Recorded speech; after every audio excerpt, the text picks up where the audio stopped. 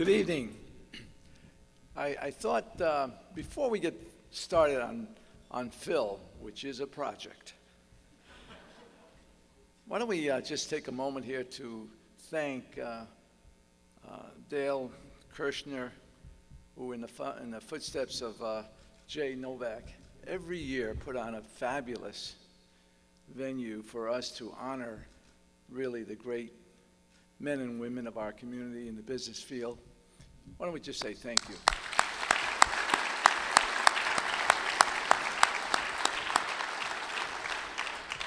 And speaking of Dale, Dale gives me a call. He says, "Hey, Manny, could you do us a favor?" I said, "Sure, Dale, what do you want?" He said, for our business dinner and our award ceremony, would you mind introducing Phil Roberts? I said, "You got to be kidding me. Phil Roberts, you're talking about the same guy that almost went to jail for putting a billboard sign that said, 'Happy hour at Chino Latino is actually cheaper than going to Bangkok brothel.'" He says, "Yeah, that's the guy."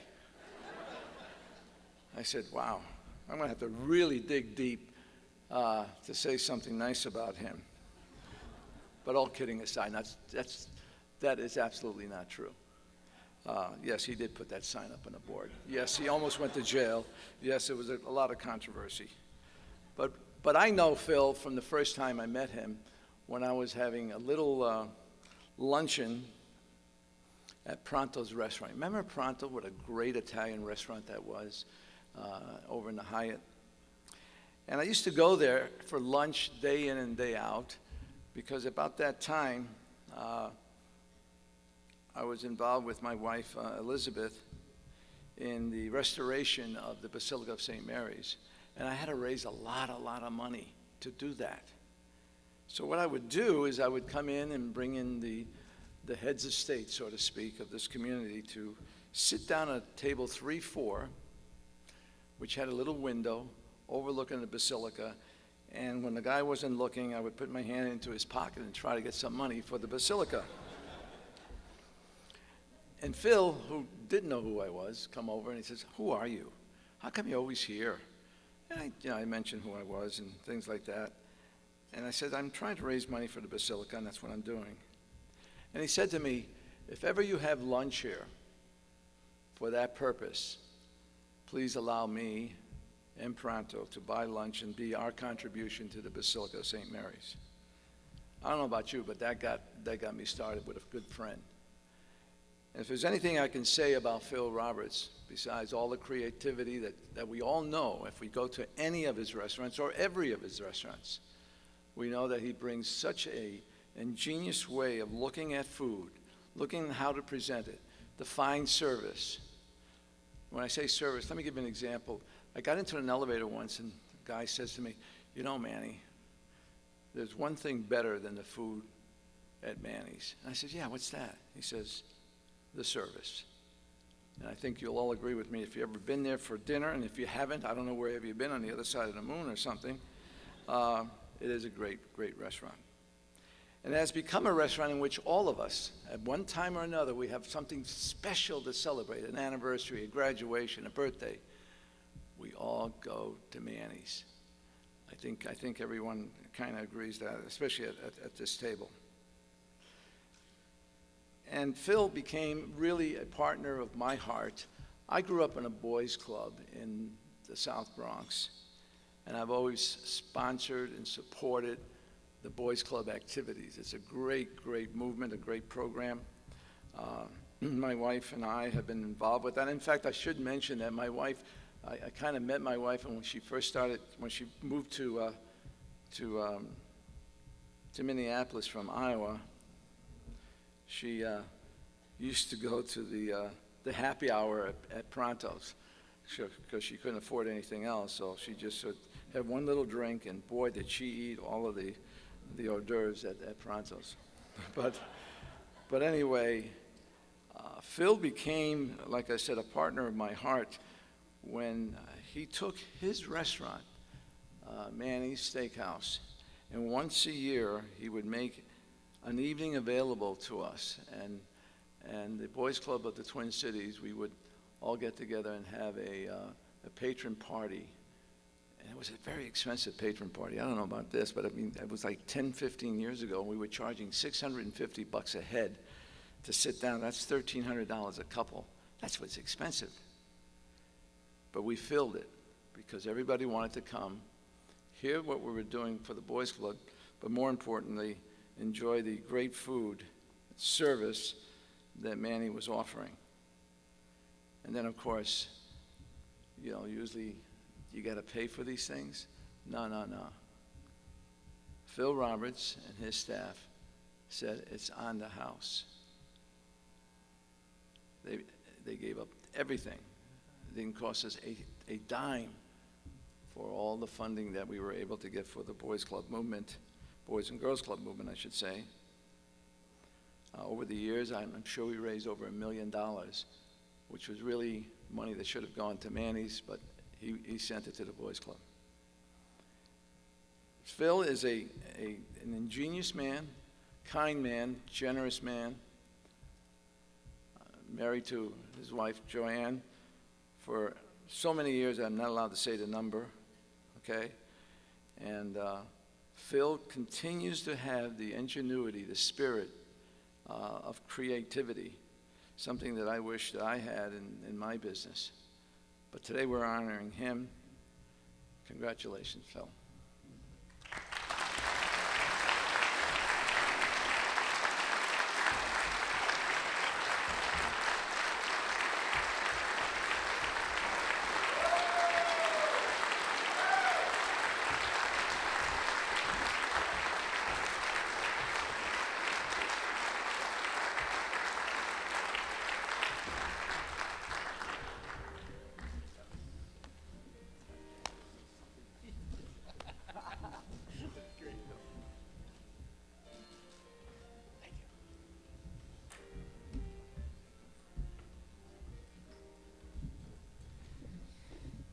Wow. Thanks, Manny. Thanks a lot. Dale, thank you and your selection committee for naming me to this honor. It's really wonderful, and I'm pleased and proud to be here. I got a lot of thank yous I'm going to give out, starting with my wife, Joanne, of 53 years of marriage.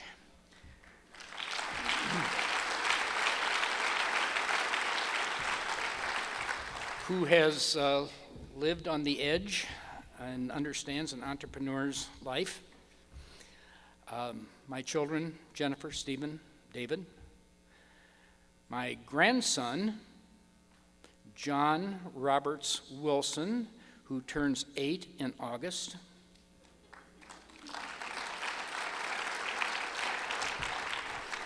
My founding partner, Pete Mihailov. Pete and I have been joined at the hip for 35 years, and we've had a hell of a ride. He's a wonderful, kind, smart person. Our board members, Kevin Kuster and Greg Heineman. And then finally, our senior staff, Donna Foz, Randy Stanley, Alan Ackerberg, Barbara Marshall, Kip Clayton, and Tim McKee. These are the folks that run Parasole day to day. They are the smartest people I've ever been around. They border on being freaks of nature, they're so smart. I thank all of you folks that I've mentioned for letting me stand on your shoulders to accept this award. Now I got the call from Dale on April 1st, and he said, Phil, he says, we're naming you to the Minnesota Business Hall of Fame. And I said, well, why?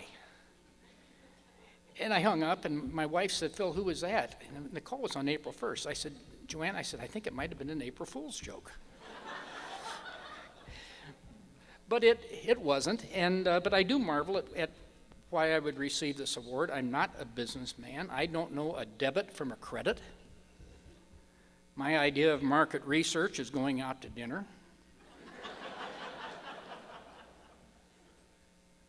I was a terrible, terrible student in a terrible high school. I almost flunked out of college on 3 separate occasions. And why Pete ever chose to partner with me 35 years ago is beyond my imagination. You know, in our business, we went on to create all the brands that you saw, starting with Muffaletta and Pronto and Pittsburgh Blue, Burger Jones, Good Earth, Salute, Manny's, Chino Latino. And the thing about that, when you have that many different brands, you have to speak in a different voice to each of the audiences. The audience for Chino Latino is different than the audience for Manny's, and that's different than the audience for the Good Earth. So you've got to speak in several voices. It's not like when we had Buca, you could speak in one voice for all 96 restaurants across the country. Here we have to speak in several different voices. And in Chino Latino, Chino Latino is intentionally politically incorrect. God, oh, I hate political correctness. I just hate it. And Chino Latino is intentionally politically correct. Our audience is young, they're youthful. And I was looking at some photographs one day, and I was looking at a photograph of a street vendor in Bangkok, and she had a wok that she was cooking on. And behind her on the pavement was sitting a rather worried-looking dog.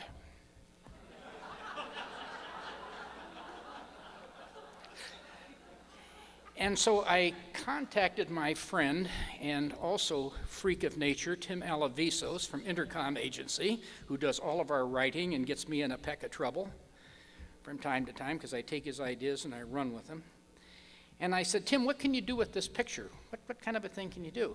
A day later, I get this image of this billboard back, and it says, "Walk the dog," W-O-K.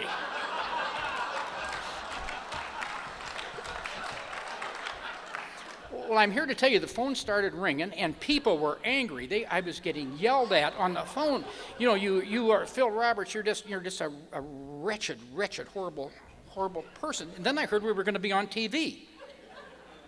So I whip home and I turn on the news, and by God, we're on all 4 of the affiliates in the Twin Cities. And here's this group of people down in front of that Walk the Dog billboard protesting. They got the placards. Down with Phil Roberts.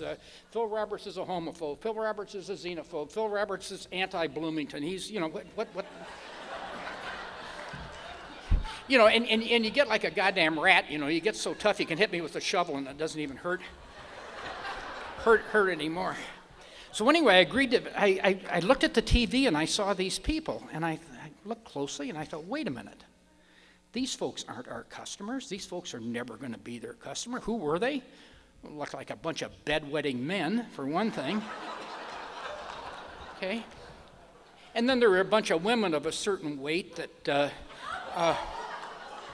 had hairy legs and Birkenstock sandals and wool socks, print skirt, gauze blouse, and one of those nasty little satchels from Tibet that you get at the art fairs. You know who I'm talking about? I thought, well, wait a minute. I said, these folks are never going to be our customer. I don't give a damn about what they think. But in the meantime, I'm probably getting $100,000 worth of media coverage. Okay?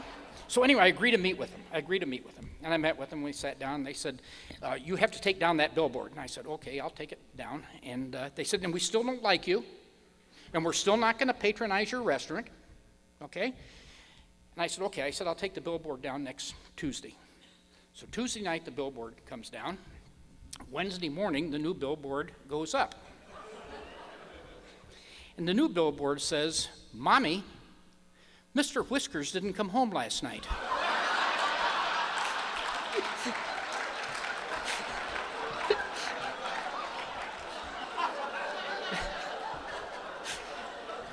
Well, the Birkenstock crowd went crazy again. The TV cameras came out. Our sales went up like a hockey stick, and that's Chino Latino.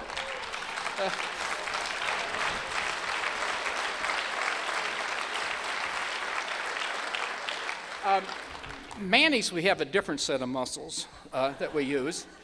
When we started Manny's, from the get-go, I knew I wanted Manny's to be perhaps the best steakhouse in the country, and perhaps it is. And I knew that it wasn't enough just to buy the very best possible steaks you can buy, cook them in the very best possible broilers you can cook by the very best possible people that know how to cook a steak. It had to be something more, and I wanted it to be a man's restaurant that women love. Okay? So therefore, I knew that it probably had to be naughty. So I called the American Angus Association, and they said, well, we have a painter, an artist that lives in Winnetka, Illinois, by the name of Frank Murphy, that will paint a picture of the bull, of a bull for you. And I thought, well, gee, that's great. So anyway, I called Frank, and he sounded like a very gentle man over the phone, older man. And I said, Frank, I'd like to have you paint a picture of a bull for Manny's. I said, I'd like to have it big, about 4 foot wide by about 5 foot high. You know the picture I'm talking about. And he says, yes, Mr. Roberts. He says, I can do that. And I said, well, Frank, I want you to make sure that he's the horniest bull you've ever painted in your life. And he says, why, yes, Mr. Roberts. He says, I think I can do that for you. And I said, no, Frank, you really need to understand. I said, his eyes got to be red, his nose has to be flared, he has to be frothing at the mouth, he's got to look like he just got done impregnating half the herd, and he's about ready to go down and Roger the other half any moment. He says, why, yes, Mr. Roberts. He says, I think I can do something like that for you. So the next day, I get a fax. And those days of fax.